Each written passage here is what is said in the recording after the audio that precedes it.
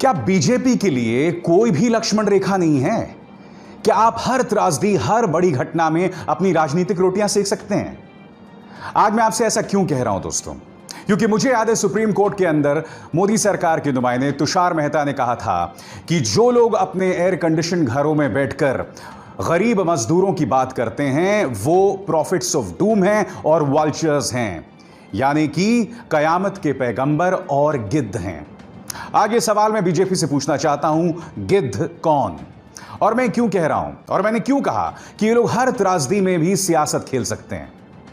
सबसे पहले इस घटना पर गौर कीजिए। पूरा देश इससे हिल गया था। किस तरह से एक हाथी को एक पाइनएप्पल, एक अनानास खिलाया गया जिसके अंदर बॉम्ब्स थे।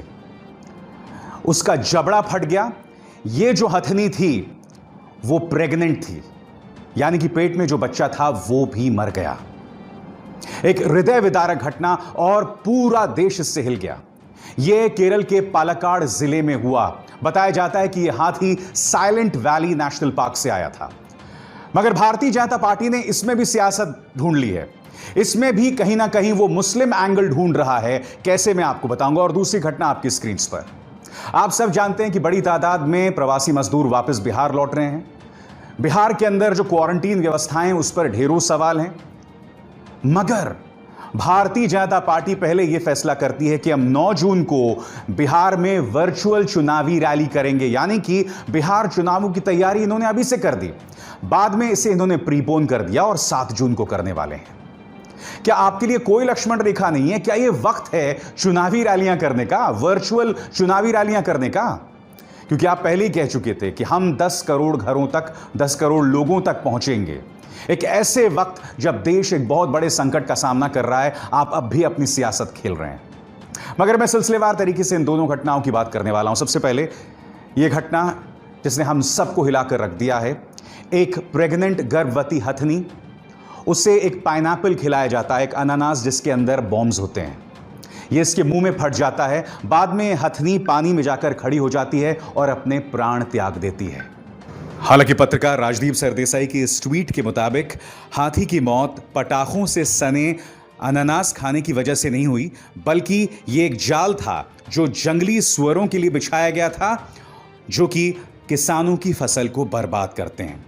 क्या आप जानते हैं कि भारतीय जनता पार्टी ने इसमें भी सियासत घोल ली है? कैसे, मैं आपको बताता हूं। क्योंकि देखिए, केरल ने जो कोरोना संकट को लेकर जिस तरह का बेहतरीन काम किया है, उसके लेकर तो ये लोग सवाल नहीं उठा पा रहे हैं। अब इस वक्त भी इन्होंने सियासत खेली। कैसे, मैं आपको बताता हूं। इसमें भी ये लोग हिंदू मुस्लिम करने का प्रयास कर रहे हैं। आपके सामने केंद्रीय मंत्री प्रकाश जावड़ेकर का यह बयान, वो क्या कह रहे हैं, मैं आपको पढ़ के सुनाना चाहता हूं। केंद्र सरकार ने मल्लपुरम में हाथी की जो मौत हुई है उसे गंभीरता से लिया है। हम जो लोग इसके लिए जिम्मेदार हैं उसे पकड़ने में कोई कसर नहीं छोड़ेंगे। यह भारतीय संस्कृति के खिलाफ है, इस तरह से हाथी को फायर क्रैकर देना और मार देना। इसमें कई गड़बड़ है। सबसे पहले ये मल्लपुरम का इस्तेमाल कर रहे हैं। दोस्तों, मैं स्पष्ट कर दूं दोस्तों, यह घटना मल्लपुरम में नहीं हुई है। यह घटना हुई है मन्नरकाड फॉरेस्ट डिवीजन में, जो कि पालक्काड जिले में आती है। अब आप सोचेंगे ये लोग मल्लपुरम का क्यों इस्तेमाल कर रहे हैं? वो इसलिए दोस्तों क्योंकि मल्लपुरम केरला के अंदर एक मुस्लिम बाहुल इलाका है। और सिर्फ प्रकाश जावड़ेकर ये नहीं कह रहे हैं। इस वक्त मैं आपको बताना चाहूंगा कि आपके सामने केंद्र में एक और नेता, भारतीय जनता पार्टी सांसद मेनका गांधी भी हैं। उन्होंने क्या ट्वीट किया, आप देखिए। Malappuram is known for its intense criminal activity, especially with regards to animals. No action has ever been taken against a single poacher or wildlife killer, so they keep doing it. I can only suggest that you call, email for action. यानी कि मलप्पुरम का यहां पर नाम लिया जा रहा है और अब तक जो भी खबरें आ रही हैं उन सब में यह बात स्पष्ट है कि यह घटना पालक्काड जिले में हुई। और दूसरी बात, प्रकाश जावड़ेकर कहते हैं कि भारतीय संस्कृति के खिलाफ है इस तरह से किसी हाथी या हथनी को पटाखा खिलाना, उसे मार देना। मैं आपसे पूछना चाहता हूं प्रकाश जी, इस तस्वीर में जब देहरादून में बीजेपी के विधायक गणेश जोशी ने एक पुलिस के घोड़े के पांव पर मारा था, शक्तिमान नाम का एक घोड़ा था, उसका पांव टूट गया था और कुछ दिनों बाद वो मर गया था, तब आपकी भारतीय संस्कृति कहां गई थी बताइए ना। तब तो आपने भारतीय संस्कृति की बात नहीं की थी। और जहां हाथी हिंदुओं के लिए पूज्य है, क्या मुझे आपको बताने की जरूरत है कि रामायण में एक प्रकरण था जिसका नाम था अश्वमेध यज्ञ। इसमें किस जानवर का प्रयोग किया गया था? तस्वीर देखिए, घोड़े का इस्तेमाल किया गया था। तब आपको क्या भारतीय संस्कृति और रामायण की याद आई थी, जो अब आप इस मुद्दे में भारतीय संस्कृति ढूंढ रहे हैं?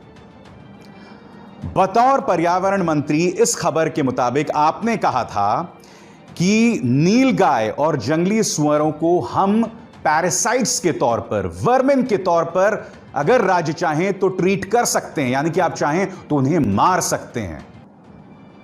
ये दोनों तो प्राणी है ना, इनके अंदर भी जान है कि नहीं है? बताइए।